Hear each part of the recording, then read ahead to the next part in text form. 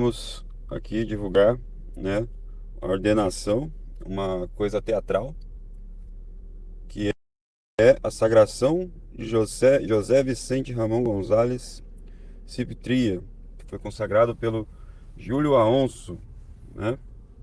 Eu creio que ninguém aqui no Brasil conhece muito bem, né? Alguns conhecem, claro, principalmente os sete vacantistas mais antigos, né?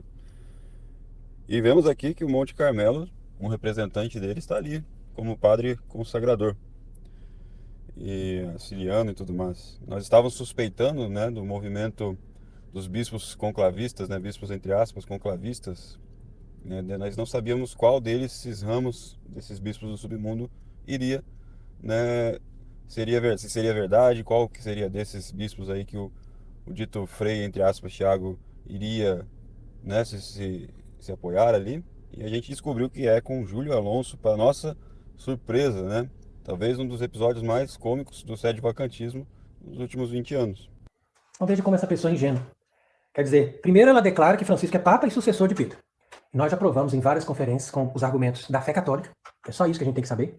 Os argumentos da fé católica mostram claramente que esse homem nunca pode ser Papa, nunca poderá se tornar Papa, e nunca poderá se tornar sucessor de Pedro, mesmo que se converta. Porque conversão para ele já é quase impossível. Se converter, não pode também, porque ele está impedido.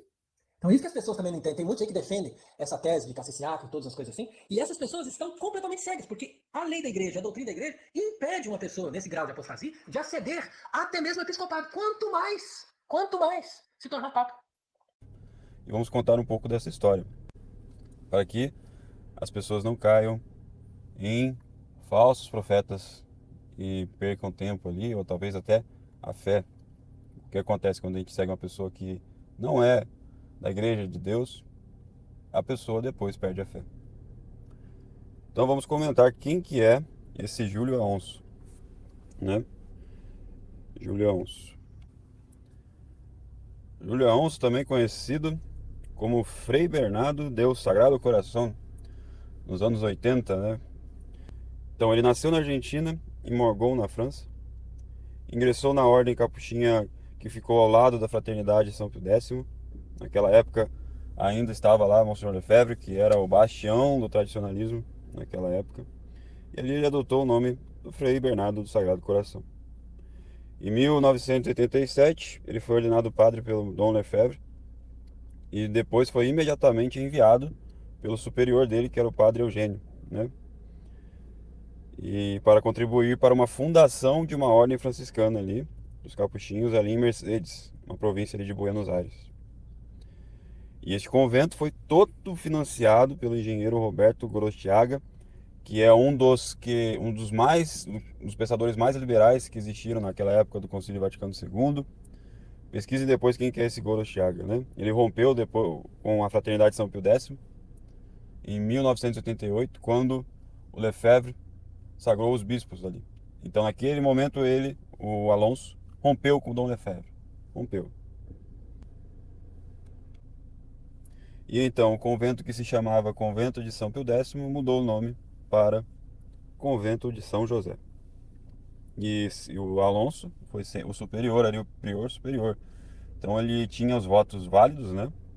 Tinha feito os votos solenes e válidos com Lefebvre, segundo o que ele conta aqui, foi padre e tudo mais, então no sacerdote ali válido e tudo mais. E parecia, naquela época, ele era um bom penitente franciscano e tudo mais, né? Então ele veio para Buenos Aires, criou ali o seu mosteiro, ajudado pelo Gorostiaga, que era um dos que mais frequentavam, né? Mateu Roberto Gorostiaga, um dos maiores frequentadores e patrocinadores desse Júlio Alonso. Um detalhe, uma anedota, né? Que esse mosteiro estava do lado de uma loja chamada Loja Maçônica Rio Lujan, né? Acho que é assim que fala. E segundo as próprias pessoas que conviveram ali com o Júlio Alonso, como superior, prior, né?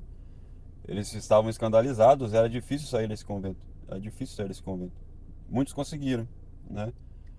E depois contaram as histórias que são mirabolantes. E não vou aqui adentrar em detalhes, porque vamos aqui adentrar no que é válido do que é lícito, né? Então, até aqui se trata de uma ordem franciscana com um superior, que era um padre chamado Júlio Alonso, nos anos 80.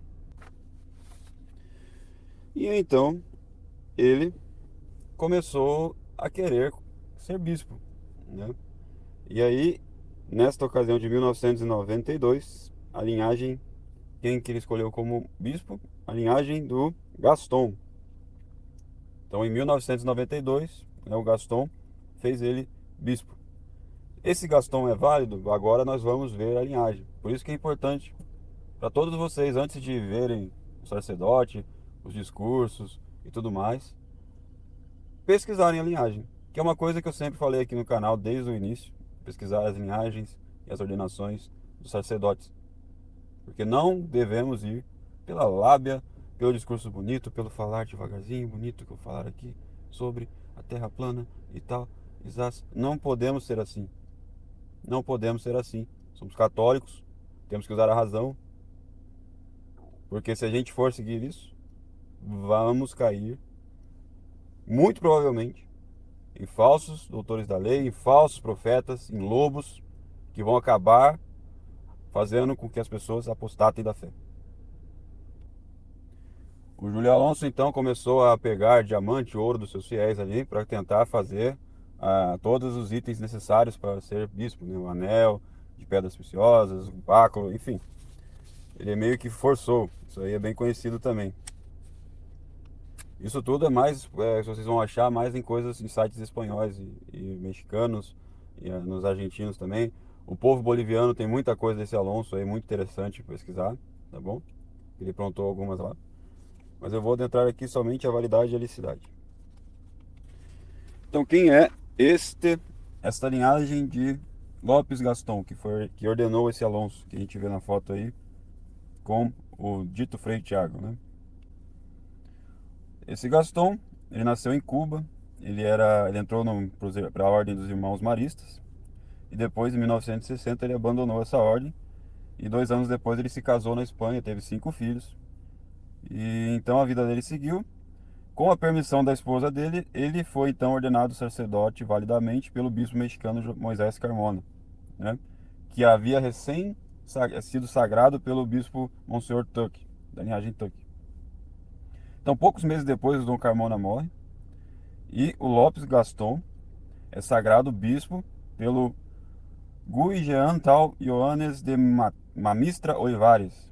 Então, até então, ele era um padre sagrado pelo Carmona, ordenado pelo Carmona, desculpe, e depois ele foi sagrado por esse Gui Jean Tal Ioannes Matrista Olivares. Que é muito interessante vocês também pesquisarem quem que é esse matrista, né? É um bispo, né, gnóstico da Igreja Universal da Nova Aliança. Igreja Universal de la Nueva Aliança. É um templo iniciático de alquimia dos irmãos maiores da Rosa Cruz, possuindo ligações com o sínodo dos bispos gnósticos, né? Ordo Templi Orientalis Antiqua. Então, aqui já temos a invalidade provada do senhor Alonso, a sua primeira ordenação episcopal. Mas vamos focar agora mais no Gaston. Em 1994, então 2 anos depois que Gaston ordenou o Alonso, ele foi para Assis e lá se teve um conclave muito interessante que elegeu o Lino II. Então juntou ali, inclusive estava participando ali ninguém menos, ninguém mais que o doutor Homero Jojas, né? Estava ali participando desse grupo. Que inclusive antes já tinha defendido até a legitimidade do papado reivindicado pelo americano David Bowie, né? Que é o Papa Miguel I. Então, o perigo dessas seitas conclavistas, né? Esse Miguel I foi mais interessante que ele participou, assim, 6 pessoas, a família, meu tio, meu avô e eu sou Papa agora. Foi mais ou menos assim. O que aconteceu nesse conclave de Assis? Todos queriam ali, né? Esses bispos que se reuniram ali, do Gaston, bispos entre aspas, né, como a gente viu. O Gaston, inclusive, começou a ordenar pessoas ali também, sagrar pessoas ali. Entre eles o Emanuel Corab, que depois se tornou cardeal Corab, que era um ex-ortodoxo agente da KGB da Tcheca, né? República Tcheca. Esse Emanuel Corab é o que sagrou o Michael French, que é o bispo que o Frei Tiago, o Monte Carmelo, pega os olhos, faz tudo assim, né, lá na França. Ele não gosta de seguir nenhum bispo, mas ele pega olhos com essa gente aí.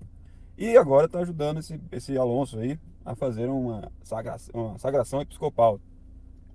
E ele tem a ousadia de criticar a linhagem mais séria, rígida, dura, válida, lícita do sede-vacantismo, que é a linhagem do Monsenhor Dolan, por picuinha, picuinhas, para não reconhecer Monsenhor Rodrigo aqui no Brasil. Então, lá em Assis, esses conclavistas elegeram Lino II, e o que aconteceu? O Lino II não era o que eles estavam querendo como papa. Eles estavam querendo que o Gaston fosse papa. E o Lino II não agiu não fez muitas coisas, não fez nada, não falou muito assim duramente. O pessoal ficou muito desgostoso com ele. E o Emmanuel Corab disse que ele fez uma renúncia tácita e que seria preciso outro conclave. Então agora vem outro conclave por aí, vai vir outro conclave. Esse Gaston também foi um que ordenou aquele gnóstico perennialista, o Rama Coomaraswamy, né? Há indícios que esse Rama possui alguma influência nesses meios conclavistas obscuros aí e gnósticos. E inclusive a cerimônia de ordenação que o Gaston fez com o Rama participou, né? Esse modernista jesuíta mentiroso, ganha dinheiro com mentiras, é o Malak Marte. Então essa aí é a história da linhagem Gaston, que é os conclavistas, uma das linhagens conclavistas, né, que existem, e do submundo do sede-vacantismo. A gente ficou surpreso por essa participação ilustre aí do nosso Monte Carmelo com o Bispo Alonso. Mas vocês estão achando que isso é pouca coisa e tudo mais, né? Então vamos a seguir quem que é Júlio Alonso. Então ali ele era bispo ali na Argentina, né, sagrado pelo Gaston, ficou ali na Argentina como bispo e prior da ordem franciscana e tal. E o que aconteceu depois disso? Ele se apaixonou por uma mulher, falou e abandonou tudo ali. Falou para os seus paroquianos simplesmente isso, ó, seus fiéis, né? Simplesmente isso. Eu não tenho jurisdição, vou viver minha vida. Tchau. Bye. Apostatou da fé e fugiu com uma mulher, casou com ela, virou um motoqueiro daqueles de motoqueiro mesmo que vai para autoestradas e tal, ouvindo heavy metal, gostando de heavy metal, coisas diabólicas ali. Ficou nesse tempo aí todo. Apostatado da fé, mandou isso para os seus fiéis. Imagina o que essas pessoas não passaram. Imagina. Apostatou da fé, abandonou os fiéis por uma mulher. Temos fotos aqui, podem ver. Temos vários outros documentos. Eu tenho muitas outras anedotas desse Júlio Alonso, que vocês podem pesquisar, né, inclusive. E parecia que ele agora era apenas uma aposta da fé, ia embora e tudo mais. Não ia voltar a incomodar o movimento tradicional. Foi apenas um triste episódio destes da linhagem conclavista. Mas eis que ele volta, ele volta à cena e pede para um outro bispo, que é o Alarcón, ali da Bolívia, né? Gary Gonzalo Alarcón, para readmiti-lo às ordens sagradas, para reordená-lo sob condição e fazê-lo bispo de novo. Então, ele volta em 2020, olha, pensa bem, ele volta em 2020 ali na Bolívia. A gente vai falar desse bispo entre aspas, Alarcón, né? Vamos falar dele. E vai para Bolívia ali e vai querer ser ordenado. E ele consegue ser ordenado bispo, então, pelo Gonzalo Alarcón, outra vez. Como ele conseguiu essa façanha? Simplesmente porque nos anos 90 começou a surgir um boato do Lienard, né, que é o bispo que sagrou Monsenhor Lefebvre, que ele era maçom e, portanto, era inválida tudo ali, as ordens dele e tudo mais, né? Inclusive isso aí foi contado por Monsenhor Tuque e tal, contaram no ouvido dele, coisa assim, houve uma briga ali. Mas é tudo boato, o padre Secada já refutou tudo isso daí. Até porque não depende só de uma pessoa, na sagração do Lefebvre, foram três bispos foram lá para dar assistência, mesmo que fosse, né, maçom e fosse inválido. Então a linhagem do Lefebvre é válida, é válida. E como que o Frei Tiago está com essa pessoa aí que totalmente oposta a Monsenhor Lefebvre, não aceita as ordens de Monsenhor Lefebvre? Como?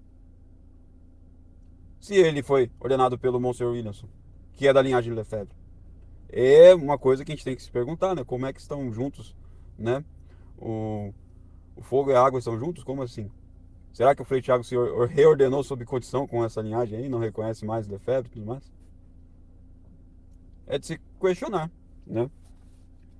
Mas então, o Alonso conseguiu a sagração com o Alarcon ali, porque ele falou assim: olha, eu era padre pelo Lefebvre, então era inválido, então minha sagração também episcopal pelo Gaston também é inválida, e portanto eu preciso voltar à minha atividade, voltar ao normal, me sagra sob condição de novo e tudo mais. E foi feito tudo isso. Essa foi a anedota que ele contou ali pro Alarcon, que é uma vigarice também ali na Bolívia. Quem que é o Alarcon? Ele também, o Alarcon, foi um dos que elegeram o Lino II ali no conclave, né? Participaram do conclave. E ele é um bispo sem conhecimento nenhum de liturgia, de nada. É extremamente conclavista. Não segue nenhuma rúbrica, nenhum costume romano. Tem um neto aí, Miguel Alarcon, né, que se diz seminarista e não frequenta nenhum seminário. Herdou também toda a falta de bom senso do senhor Alarcon, né? E esse Alarcon foi ordenado, um dos ordenados pelo Gaston. Então ele é da linhagem de Gaston também. Só que o Alonso brigou com o Alarcon, né? A gente pode ver ali que agora a família Alarcon está denunciando várias coisas do Alonso, que ele fez ali na Bolívia, né? Aprontou altas coisas na Bolívia ali. Inclusive o filho dele também está ali falando várias coisas ali. E é isso que é o Júlio Alonso. Frei Bernardo de Sagrado Coração. Postatou da fé e voltou ali, enganou esse Alarcon, né? E foi lá agora ordenar este tal de Júlio Vicente Ramon Gonzalez Cipritria, né? Com assistência do nosso querido aí, no querido entre aspas, né? No, entre aspas, Frei Thiago. Impressionante. Para uma pessoa, né, carmelita, entre aspas, que se diz, não, quero só as coisas listas e certas e tal e tal. É impressionante que venha participar, né? Diga com quem andas, te direi quem és. Está com esses bispos conclavistas aí falsos, linhagem inválida e ilícita. Isso aí é uma das cenas mais ridículas do sede vacantismo nos últimos 20 anos. Impressionante. Bom, esse aqui foi só um vídeo a respeito, né, dessas linhagens desconhecidas por muita gente aí, que eu acho que nem merece perder tempo estudando, né? Esta linhagem Lopes Gaston tem que ser muito bem conhecida por vocês para as vossas almas não caírem no engodo, né? Essa linhagem do Datsun, né, também. Quem que segue essa linhagem aí também aqui no Brasil, acho que é o Charbel, né? Padre entre aspas Charbel. E não sabe se Datsun é um vétero católico, tá? Que nunca sustentou a posição sede-vacantista e nunca se denominou católico apostólico romano. E aí esse Datsun ordenou o Pierre Sale, que esse Pierre Sale era de uma seita cismática da Europa, que na época ele é um religioso ali da comunidade desse Datsun, né? Tem passado infantil difícil, que os pais deles espancaram ele, desenvolveu neurose depressiva, tendências suicidas, tinha escoliose, vários problemas. O Datsun se considerou apto para ser consagrado bispo e assim ele fez. Só que depois da sagração, os médicos informaram a ele que ele não tinha nem condições para ser religioso. E o Datsun tentou ali se esquivar, não, mas só que o Pierre Sale mostrou os documentos do Datsun, tudo assinado. O Datsun mentiu mesmo. E aí o que o Datsun fez falou que mostrou os atestados médicos para garantir que ele era louco, que tinha problemas psiquiátricos e que ele tinha também tendências sodomitas, né? E quando ele soltou isso, o Pierre Sale o que fez? Ele se castrou, né? Olha só, imitou o condenável Orígenes. E depois o Sale, né, foi e em teoria ordenou esse mamistra, e esse mamistra que ordenou, sagrou o Gaston bispo. Esse mamistra a gente já tinha falado que era do Rosa Cruz. Então perceba a linhagem, esta linhagem, toda dificultosa, escandalosa, ilícita, inválida. E o Monte Carmelo exige do nosso bispo Monsenhor Dolan provas de que ele foi sagrado o único padre sagrado pelo Lefebvre com uma mão, ordenado padre com uma mão, sem provas nenhuma, apenas testemunhas suspeitíssimas que só vieram reclamar disso 8 anos depois de ter vivido em paz e harmonia com o bispo Dolan, né? E só depois que ele virou, né? Foi pro Pivarunas, virou, abandonou eles ali. Então, e era uma calúnia dos anos 90, né? Que causou muita confusão essa ordenação do Monsenhor Dola com Mamão. Foi desmentida pelo Padre Secada. E ainda para piorar, se fosse com Mamão ainda assim seria válido. Quem fala que é inválido é porque você já pode suspeitar. Isso aí não sabe nada de teologia, né? Ali talvez ele seja só um fofocador do Bergoglio, né? É isso que acontece. As pessoas estão caindo nesses fofocadores do Bergoglio, achando que qualquer um que fofoca do Bergoglio, aqui e ali, é um sede vacantista lícito, válido, uma pessoa de boa intenção. Mas na Europa tá cheio, gente. Cheio de padres no submundo, por causa do Novo Zordo. Às vezes o Novo Zordo excomunga entre aspas, né? Porque nem o Novo Zordo aguenta tanta ilicitude, tanto escândalo desses padres aí. O que eles fazem? Eles vão pro tradicionalismo para tentar sobreviver. Lá na Europa tem muito, muito disso. Estão loucos para se tornar bispo, para entrar em algum episcopado aí.